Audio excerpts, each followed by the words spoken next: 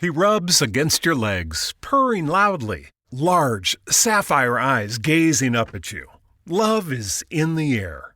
Until he lunges at the only exposed skin on your ankles. As unpredictable as your cat may be, you want a cat litter you can count on. World's Best Cat Litter is the hard-working, odor-destroying litter with no harmful chemicals or clay dust. And because it's made from corn, it's natural and sustainable. Try World's Best Cat Litter for the world's best cat.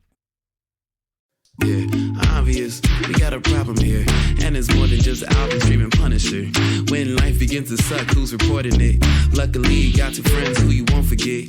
Coming live, Alvin and friend on survival. Laughing non-stop, case drops on a cycle. Louder than intrusive thoughts off an iPhone. How they make the world seem bright with the lights off? AFs, it might as well stay up. Lies being told like that dinosaur BS. Magnifying glass to the ground if they don't see us. Having the time, roasting your favorite pizza. Bougie ain't an option, it's the wage. Take it to the grave, add moving to the place. You already know when they take the case. Laugh the pain away, it's affirmative. Mini Souls.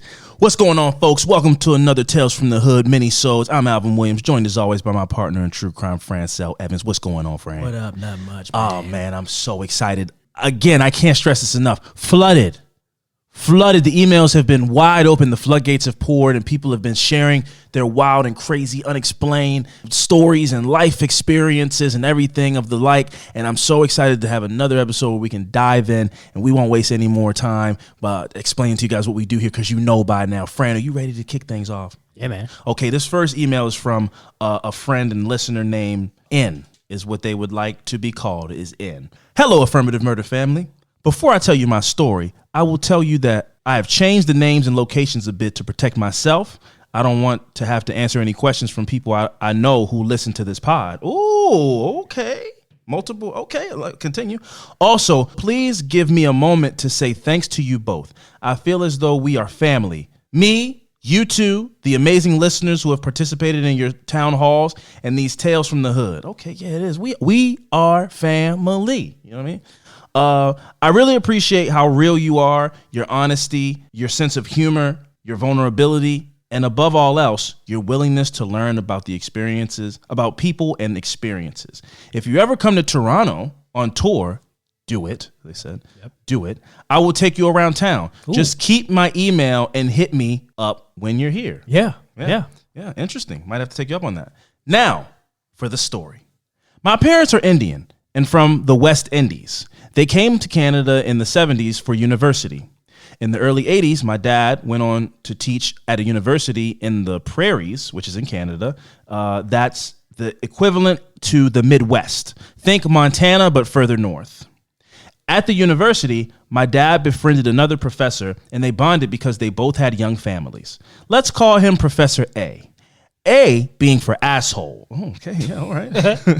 There was a slight difference in the families, though. My mom and dad had 3 small children, whereas this other dude had 3 wives and 15 kids. What the actual fuck? My parents, being taught not to judge and already having met some Mormon families in the area, they thought that this was strange, but potentially okay. As time went on, my sister and I started to go to their farm to hang out, and sometimes had some of their girls sleep over. We lived in the city, and this family lived in the country. I remember one time when 3 of the girls were sleeping over, they mentioned that it was strange to them that we did not all sleep in the same room as our parents. What? What? My sister and I were aware of the cultural differences between our family and this one. So whenever we didn't know how to explain our differences, we would just say, maybe it's because we are brown and you are white. We were trying to be nice. We were never allowed to sleep over at their farm, not only because of the sleeping situation, but because my mom had a bad feeling about it. She told me that whenever she was alone with Professor A, he would say something inappropriate or try to touch her to see what her skin felt like. We're all people. Our skin all feels the same. I heard her once saying to him, "Don't you have enough wives? Go feel up on one of them." Inconsiderate jerks are not my style, and I would not disrespect myself or husband like that. My sister and I had a conversation about this because we were little and didn't know what it meant. Also, sidebar, my mom was hella fine. And in the 80s, she was still wearing high heels and mini skirts. All right, Mom. Okay. Yeah, send a picture. Anyway, I'm also going I'm also going to give my mom a shout out for being one of 3 women taking a business degree in the 1970s and having to deal with all kinds of sexist and racist shit from her fellow male students and colleagues at the oil company where she worked as their accountant. Because of this experience, she was not shy in speaking her mind. Shout out to your mom. Boom, quick one. Anyhow, she would not allow us to go over there unless both her and my dad were present. My sister and I cried and screamed. Why was it that they could come over here, but we couldn't go over there? It's not fair, etc., etc. My mom's answer was always, I trust your friends. They are good girls. But I'm not sure who comes and goes out of their house. And my priority is your safety, not your social life. Oh, damn. Okay. Drop arms. That was she was spitting bars right there. Legit. That's how my mother talked to a 4 and 5 year old. Yeah, man. I don't know about my kids standing over people's friends over people's houses. You gotta really, and even you only know what people show you. You know what I mean? So even then, you might think you know somebody, but you don't. And not even on some like scary shit. Yeah. People's houses could be dirty. Yeah. They might not feed your kids properly. Like you don't know what people do behind their doors. Exactly. You know, so not even just going to something dark and creepy, just like overall well-being for your child. Yeah. You know, they can come over here. They can come over our house. Yeah, you know how. Because we're like weirdos and creepy people. But Exactly. Like, if you have the same feelings and fears that we do, okay, then cool. Then nobody's sleeping in anybody's house. Exactly. Turns out she was right to not let us go. Professor A turned out to be a creep who was convicted in the 1990s of child molestation and possession of child pornography. Wow. When we found out years later, my dad was not surprised, telling me that he would always have to tell Professor A not to stare at the students and to always keep his classroom door open. My dad also told us that once when they were out for drinks, Professor A told him that he thought my mom was beautiful and that her skin was intoxicating. And that my sister and I, this is one of the creepiest compliments ever, and that my sister and I would grow up to be beautiful and that he should watch out. I think that's so Who creepy. should watch out? The dad. He's basically saying like both your daughters are going to be beautiful when they grow up. You better be careful. Yeah. I just think that's like, if the 4 and 5, like, you know, let's, you know, just, and maybe it's not inherently a creepy comment, but who says it could be creepy. Yeah. Let me say that. Because sometimes it can come history. Yeah, it could come. I guess there could be a scenario where that could be like a lighthearted little jokey thing. Like, oh, she's gonna be a dangerous one or whatever the fuck. But a creepy person, that compliment could be very creepy easily. Yeah. Oh, but then after that comment, she said, "We are beautiful. Thanks for asking." My dad slapped him across the face and told him never to speak to him or us ever again. Slap. Yeah. Punched his ass. He filed a complaint at the university and then quit working there. Good for him. Yeah, he was like, I don't know because probably they didn't do anything. And then he was like, all right, well, fuck you guys. We moved to another city soon after that. The lesson in this story is to listen to yourself. I thought for many years that my mom was just being mean or a super conservative Indian mom, not allowing her kids to do anything fun. But that was not the case. She listened to her gut and we stayed safe. Thanks, Mama. Also, look for the red flags. One of Professor A's daughters once asked me if I was ever afraid of my dad, and I said no. Sometimes he shouts and that's scary, but that's only his words. The little girl started to cry, and I just gave her a hug and didn't know what to do. I never told my mom about this, but now that I have my own kids, I always ask them if there's anything that they need to say to me about themselves or a friend, and that I will listen to them without judgment. Being a parent is hard. Being a kid is hard. The world is a crazy place. Thanks, Fran and Alvin, for creating a space where we are all safe together. Much love, N. And they also followed up with, I will send in some more stories of my badass parents who always tried to stand up for people when they could and who continue to teach us to always pay attention and to advocate for anyone in need. There was that one time when my dad heard some domestic violence through the walls of our townhouse and went next door to give the man a taste of his own medicine. I would just call the police, but hey, the result was the same. Shout out to your dad, but yeah, maybe don't get mixed up in domestic. Brave soul, yeah. Yeah, because you coming into their territory is very Home Alone. I've watched enough Home Alone to know you don't ever meet somebody and in their territory. Yeah, you're at a disadvantage. You're at a disadvantage. So yeah, but that's awesome. N, shout out to you. We're gonna leave it at N and not in Professor A and this one people. And I like how they did it. Like, don't tell me, or tell me, don't say your name. Yeah. Thank you. So I really appreciate that and being clear and everything like that. Super awesome email. Great story. Your parents are awesome. And again, you never really know people. You just know what they show you. I wish as kids we are able to see why our parents do certain things. Yeah, man. You know, it's in good favor for us and our health and our well-being. I wish we could see that as kids, but we don't. Sometimes it may be too late. Yeah. Sometimes we don't realize that until we get older and we have our own kids, or we just just become adults. Yeah. That for me as an adult, I think about, and I don't seriously feel bad. I mean, I do feel bad, but I think about my mom being a single mom and me getting home from school early, and I was like a latchkey kid. Like, she wouldn't get home from work until like 6 o'clock. So I had 2:30 to 6 o'clock by myself. Yeah. And let's say she went out to a restaurant the night before and had some leftovers in the fridge, and I call her, and I know if I put on a little bit, I'm just so hungry. Like, could I? Yeah. There's nothing to eat in the house, and there is. Like, there's plenty of food for me to eat until she's home and dinner. Yeah. But I go, can I have this, like half a steak that you left in the fridge? Like, I think I might pass out if I don't eat. And she goes, fine. But as an adult, I now know that feeling of being at work. You got an 8-hour day, and you go, man, well, when I get home, I got that steak in the fridge. I got some leftover little corner of mashed potatoes. I do a little can of corn and whip that up and have me a nice dinner. Then you get a bring, and you this fucking fat ass, mommy, please, I just can't survive without scalloped potatoes. Please, I'm gonna die. And it's like, just eat it. Just eat it. Wait, is that the reason why the way you are? What do you mean? You all like What? steak and stuff, like little fancy dinners. I was stealing my mom's date dinners. Yeah. I was stealing my mom's date leftovers. Yeah. I've been eating good from a young age. And as you got older, you just had that taste for it. Yeah, it's just food. That's just what food is to me. Ruth's Chris and shit. My mom getting taken out on cute dates, and I'm like, can I have the rest of your leftover food, please? And I'm eating like a half of like leftover lobster. Yeah. So you shitting on people that want to have a good night at Fridays. All right, man. You just. Anyway, we're gonna that's not who I am. I'm not gonna let you mischaracterize me like that. People can go eat wherever they want to. I just don't want to. When the sun goes down, you're not gonna catch me at a chain restaurant. That's my stance. All right, that's just my stance, man. Anyway, we have an awesome email from a listener named Brianna, and the email it's an audio. Okay. So audio mail. Yeah. And I haven't listened to it. So it was the first time we're going to hear it. They left a quick message that says, hello, Alvin and Fran. I've got a Tales from the Hood submission that is exactly what the subject says, which is, man shoot himself on local junior high school grounds. Didn't read that first, but that's exactly what the story is, I guess. It's an active and open case in my hometown right now that I figured people would find interesting. So here we go. We'll find out right now. Hello, Alvin and Fran. It's Brianna R.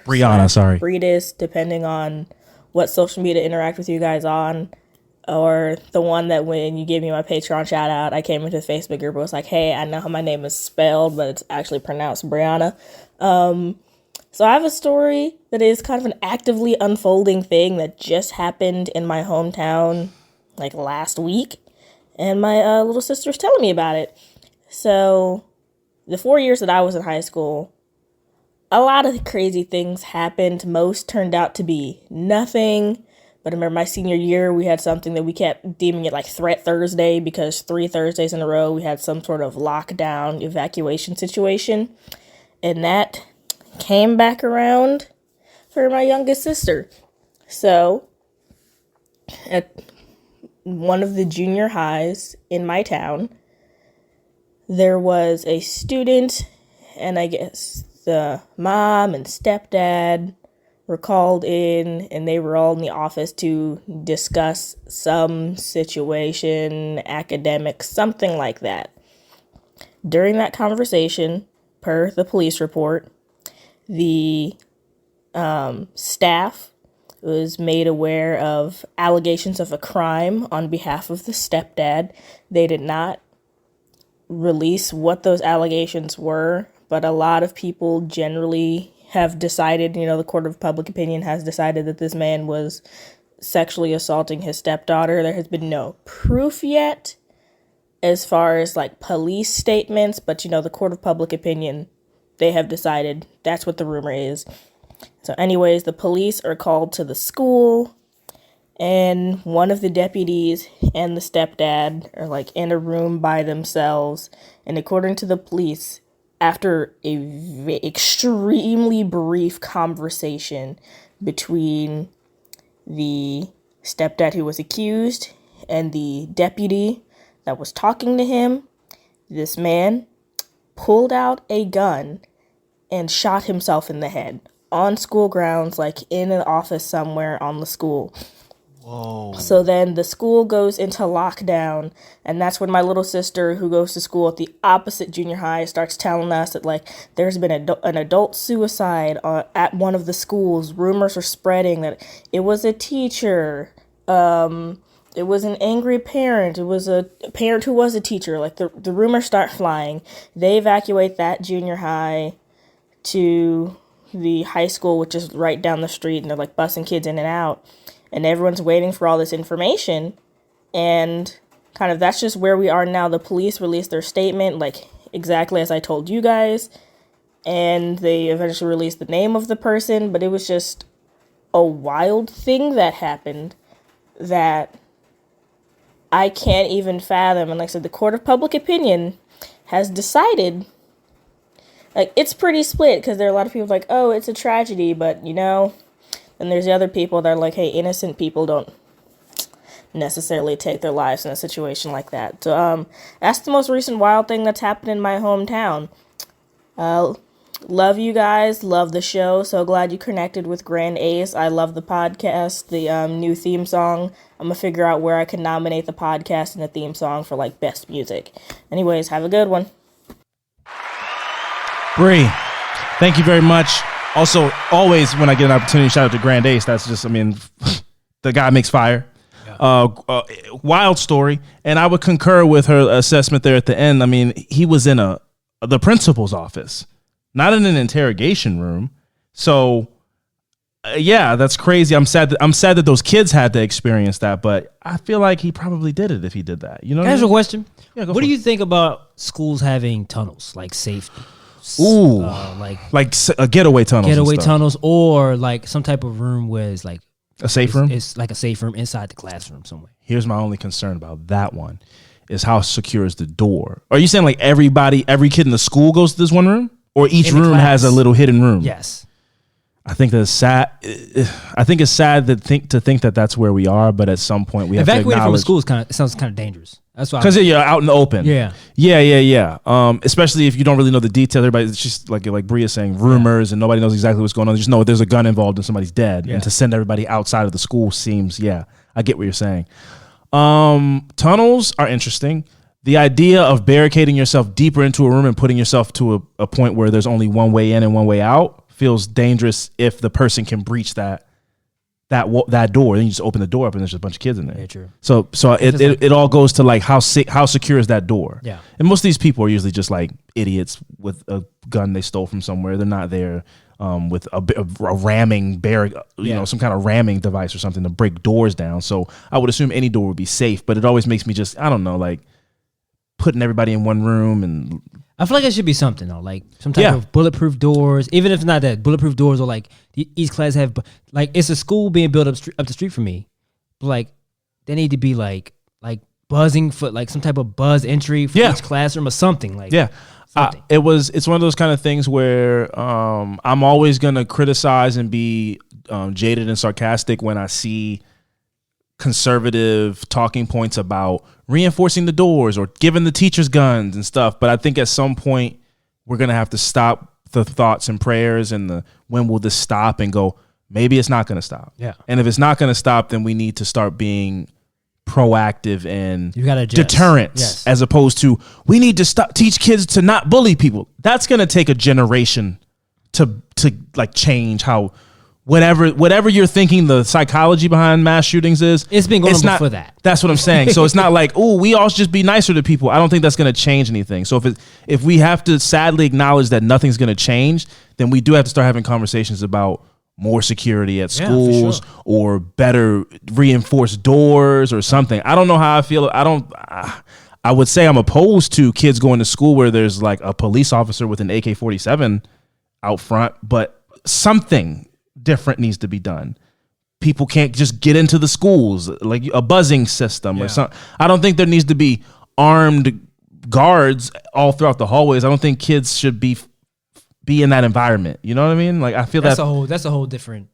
Now you gotta worry about staffing. That's a whole different situation. Yeah. So I feel like let's start with securing the building. Yeah. You know, let's start there, and maybe that makes it. Every school should have a security person at the door. You know what I've never heard of? These low income like black schools that have security, metal detectors and stuff, and police and everything. Now I hear about it's sad. I hear about all kind of police brutality incidences where the kids are fighting in the hallways and the police get too aggressive and slam the kids. But I never hear about mass shootings at fucking Thurgood Marshall in Baltimore. You know what I mean? Like, because there are metal detectors and there are security at every exit to make sure kids aren't being truant. For different reasons, they're trying to keep the kids in. Yeah. But for those same reasons, there is a high level of security, and I don't hear about those things happening at those schools. And those are shitty schools. And they're what? Shitty schools. And those are shitty schools. Compared relative to yeah, and not shitty because of the people that go there. That's not what we're saying, obviously. No. Yeah, I didn't think that's what. The condition of the schools. Yes, the condition, which is they don't get not properly funded. Yeah, and so but something needs to happen. Reinforce the doors. Let's start there and see what happens. You know, I don't really know, but again, Bree, thank you for that story. Wild stuff. And tough times. That's. But yeah, again, I would go ahead and lean into. Yeah, I mean, he was in the principal's office. To fold under that kind of delicate pressure even feels like a strong word. Just like, hey man, is everything going on okay? No, and that's it. Like, come on, like you look a little guilty. I'm not going to jail. You're like, what? I just was asking if everybody was okay at home, and he does that. That's an escalation for sure. And this was a parent. Yeah, a stepdad. Stepdad. Gotcha. Yeah. Tough times. But Bree, again, thank you for sharing that with us. Wild stuff there. Wild stuff. All right. Yeah, we got one last email before we get out of here. This one is from a friend of the pod. I believe this person has been on a couple of town halls, if not just one. Hannah F. This is a Tales from the Hood that is labeled A Story of Survival. So here we go. It says, hey, Alvin and Fran. First of all, you're both absolutely incredible, and I am extremely grateful for you both. Thank you for always speaking your minds and sharing your experiences. It's necessary. Thanks, Hannah. I have one story to share. It's a little long and it's intense, so trigger warning, but this story is about the Holocaust. I am a grandchild of a Holocaust survivor. My grandfather, Mark Bader, pronounced Bader, so I nailed it, great, was born on Auschwitz, where the Nazis built Auschwitz. He had his bar mitzvah in hiding, with relatives taking turns to look out on the street for Nazis. Wow. Damn. My grandfather had many insane stories about his experience in hiding, in ghettos and in concentration camps. But the one I am about to share is a legendary one. My grandfather entered Auschwitz at 15 years old, and during his time there, he came face to face with Dr. Mengele. This man is one of the biggest villains in the Holocaust. If you're interested in why he's so infamous, feel free to Google it, but please brace yourself. There was one day that my grandfather was in line for selection, which is when the Nazis would examine prisoners to see if they were fit to continue working in the camps. And if they weren't, then oof. Weeks earlier, my grandfather had attempted to escape. What do you mean by fit? Like physically? Like can you still stand up, pick up a hammer, whatever? Yeah, right. Is your back broken from intense labor and torture? Fucking super fucked up shit, man. But anyway, weeks earlier, my grandfather had attempted to escape Auschwitz during a transport of prisoners to another camp. Unfortunately, he was caught and severely beaten. During this particular selection, Dr. Mengele looked at my grandfather, saw the scars from the beating, and sent him to the left. By then, my grandfather knew which direction the gas chambers were. And when Dr. Mengele pointed left, my grandfather knew he was doomed. Right in that moment, a guard came up to Dr. Mengele and told him that he had a phone call. As Dr. Mengele left and a new guard took over, a prisoner told my grandfather to tell the guard that he's a metal worker. When the guard began his inspection, my grandfather said he was a metal worker and was immediately sent to the right. That is how my grandfather left Auschwitz and lived to see another day. Thank you so much for reading this. It is truly an honor to carry on his legacy and to tell his story. We as Jews constantly say never again, but considering where we are as a society, where white supremacy is deeply woven into our systems, these words are losing their strength. This is why the work that you both do is so damn important, and I cannot thank you enough for your podcast. If you're interested in hearing more about his experience, you can see an interview of him on YouTube linked here. Which we have. I have also included a picture of his registration card from that time that lists the camps that he was imprisoned in. Please feel free to share this too. Thank you again for all that you do. I could write a whole email singing your praises, but this email is long enough already, and I really appreciate you both. Sincerely, Hannah, whose pronouns are they, them. Hannah, thank you so much. And shout out to your grandfather, an amazing person. And wow, just looking at this. Crazy. It's crazy how bureaucratic such a fucking horrible thing. Like that, the fact that they have these like work slips that are printed and organized and tell you the camps and the times and the dates and his name, Moses Bader, and his identification number, which may have been tattooed on him. I don't know. Obviously, Hannah, you can let us know if that is the case. If he had or has one of those. I don't know if he's still alive, but either way. Badass. In a birth date 4/25/27. It's crazy that the horrible things that happened there had a uniformity and a system to it. Where there's like people in charge and go left, go right, and you work here and we'll send you to this camp. Like the fact that they were able to build an infrastructure around such horrible racism, you know? So yeah, wow. Thank you, Hannah, for sharing that with us. This card is powerful to see. Wow. I'm kind of speechless. Wow. Yeah. So thank you for sharing that, friend. I'll send you the link if you want to check out the YouTube for sure. Interview. And thank you to everybody who sent the emails today. Thank you to Bree and Hannah and N for their email up from Canada, up in the north, up in Toronto. Thank you guys all for being a participant in this week's Tales from the Hood. And man, wow, that was a strong one. But anyway, this has been another Tales from the Hood episode. We thank you guys so much. Tales from the Hood, affirmativemurder@gmail.com. Get them in. We can't do this podcast without people submitting us their stories. Powerful ones like Hannah we just read from Hannah. And we can't thank you enough, Fran. That was that was a good one, man. How'd you feel? That was wild. Yeah, got a little deep in the last one. That was whew. But yeah, again, affirmativemurder@gmail.com. Thank you guys so much, Fran. Let them know. Always be on the lookout. See you guys next week.